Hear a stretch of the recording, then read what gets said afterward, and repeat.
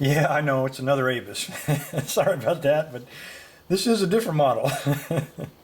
You can see this is a model 8550, and this one, we're moving up in size. This one's a little bit bigger than the others, and it has an odd angled body, if you take a look there. And I don't know why that is. Some of them are perfectly rectangular in shape, and then some of them are angled like this. But anyway, it's a 85, model 85, it's 50 millimeter. This one does say Germany in it, so again, I bought all of these Abises on one of my trips to Germany over time, over several years. So anyway, as the locks get bigger, the keys become higher quality, and again, the bidding also gets a little more radical. You see here, this might be a lot of fun to pick. Again, brand new, works perfectly. And so let's get started. Again, you can't shim these because the internal mechanism won't allow shimming, and I don't even think you can get shims in there. There's no bypass on Abises that I'm aware of. So if anybody knows one, please send me an email or send me a message. I'd love to know about it. Now, I mentioned in an earlier email I'm an engineer, and I'm a mechanical engineer, and I love, of course, you know I'm anal because I always start and pick blocks the same way, the same sequence. I know it almost gets boring, but Abis also is full of engineers, and what they do is the second pin, I'll tell you, almost always the second pin on Abis is going to be your binding pin. It's either a normal pin or it happens to be the binding pin, and that's the case here. But let's just go ahead and do this right. We need to get the fault set. It's full of security pins. There's nothing in here except mushroom pins and maybe one normal pin, and we know it's in position 2. So we could very quickly, we can go in here, we'll get our fault set very quickly by simply picking on the second pin. But let's not do it that way. Let's do it as if we don't know where that binding pin is. So, a couple ways we can do it.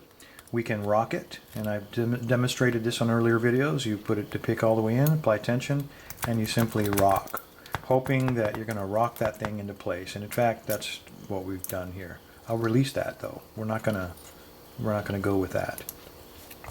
We can also randomly go at it, just like a wild monkey. Just put that tip in there and just bounce it up and down the line, and eventually we're going to hit, and in this case we hit pin number 2. Again, I'm going to release it.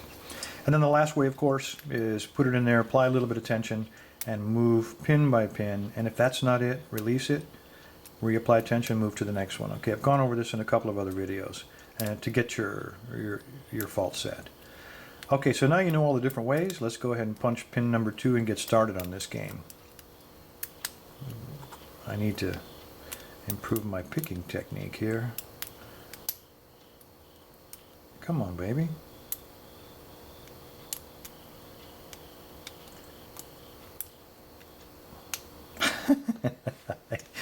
I've gotten all these fault sets, and now there we go. I think I got it. Let me try it again. Come on.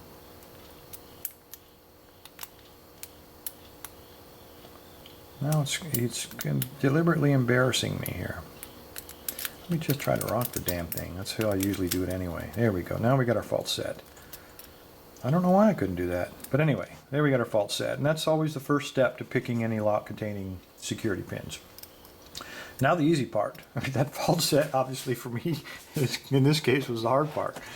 So let's just go. We're going to, again, the anal engineer, put it all the way to the back. And I'm just going to start pulling pins to see who gives me the feedback on my tension wrench. Move forward. And it looks like pin 4 is going to give us a little feedback. See the feedback there on the tension wrench? And we're going to apply a little tension, a little pressure with the pick, release our tension, and let it go home. And there we go, we just set it. Okay, keep moving forward.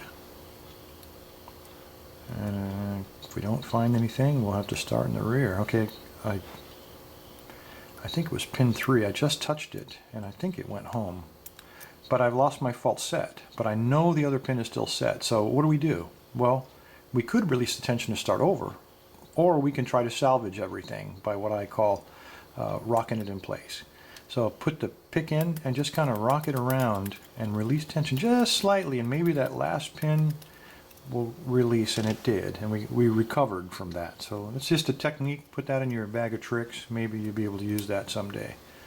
I use it all the time. It works really well in locks that don't have any lubrication, like new locks, like this one. Okay, so we're pulling,